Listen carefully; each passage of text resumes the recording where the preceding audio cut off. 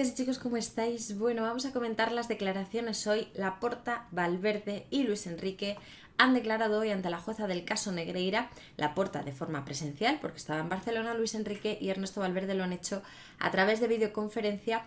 Ha sido muy interesante, sobre todo la declaración de estos últimos, porque son, en teoría, los que iban a utilizar esos informes que elaboraba Enríquez Negreira, pero los dos han declarado que no conocían la existencia de esos informes.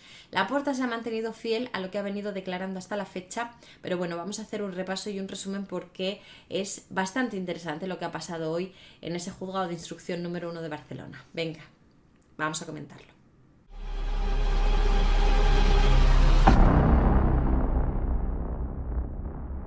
Bueno, pues sí, vamos con las declaraciones del caso Negreira. Ya sé que muchos pensáis que el caso Negreira es algo infinito, que no va a terminar nunca.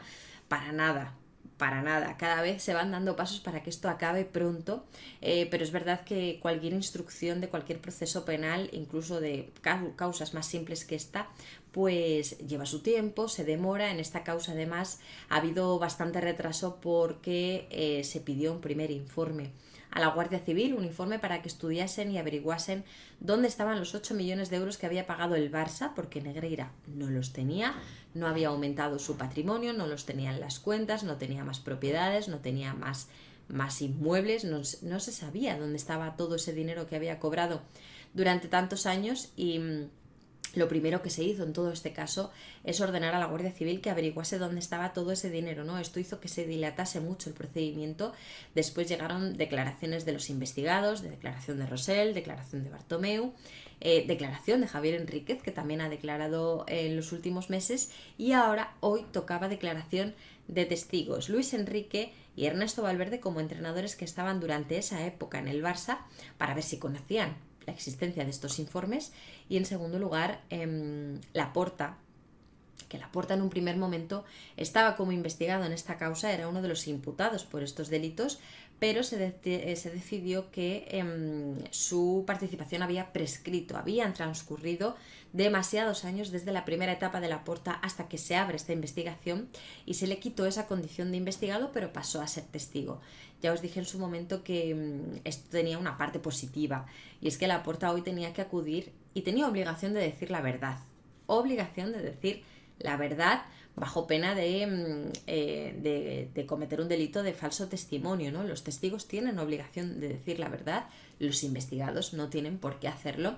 Entonces, aunque Laporta no pueda ser investigado, no pueda ser acusado, no pueda ser condenado por todo lo que haya pasado durante la época de Negreira, la parte buena es que sí tiene obligación de decir la verdad, y hoy ha debido decir la verdad. Otra cosa es que lo haya hecho o no, se sabrá con el tiempo, pero tenía obligación de decir la verdad, insisto, con la amenaza de estar incurriendo en un delito de falso testimonio en el caso de mentir delante de la jueza. Vamos a comentar las declaraciones. Primero me voy a centrar en la de Laporta.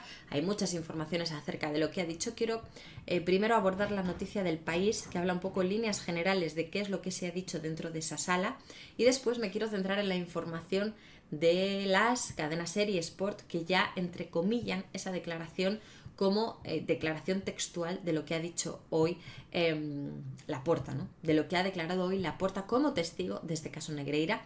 Primero, la información del País. A grandes rasgos, Laporta ha admitido que en su mandato se recibieron 600 informes que se iban destruyendo cada 5 o 6 años, que se siguieron encargando a Negreira y a su hijo Javier Enríquez por recomendación de la dirección deportiva que avalaba su contenido.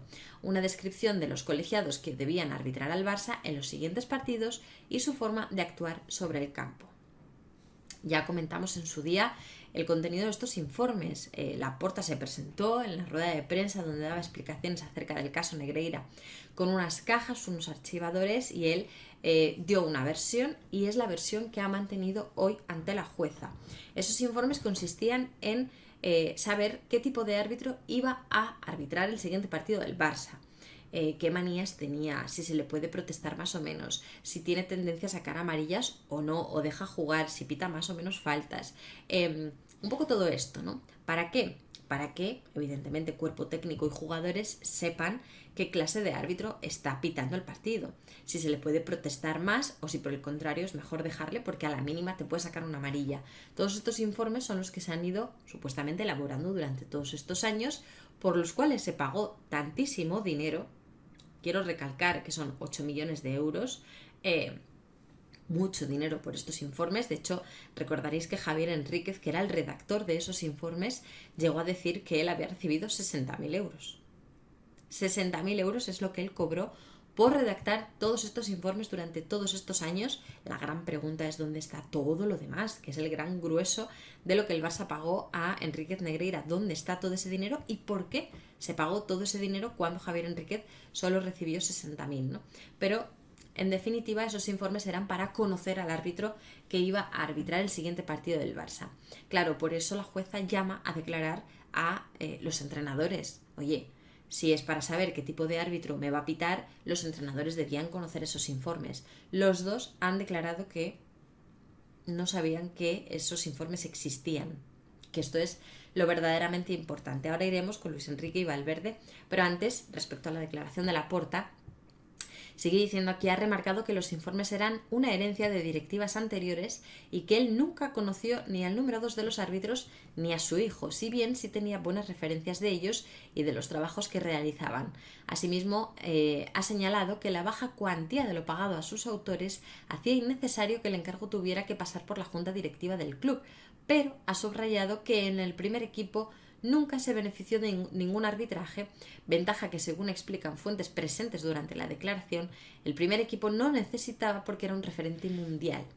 Insiste con lo que siempre ha dicho de que el Barça durante esa época ganó tantísimo por la calidad de la plantilla y no por que a través de estos pagos se consiguiese ninguna ventaja arbitral, ¿no?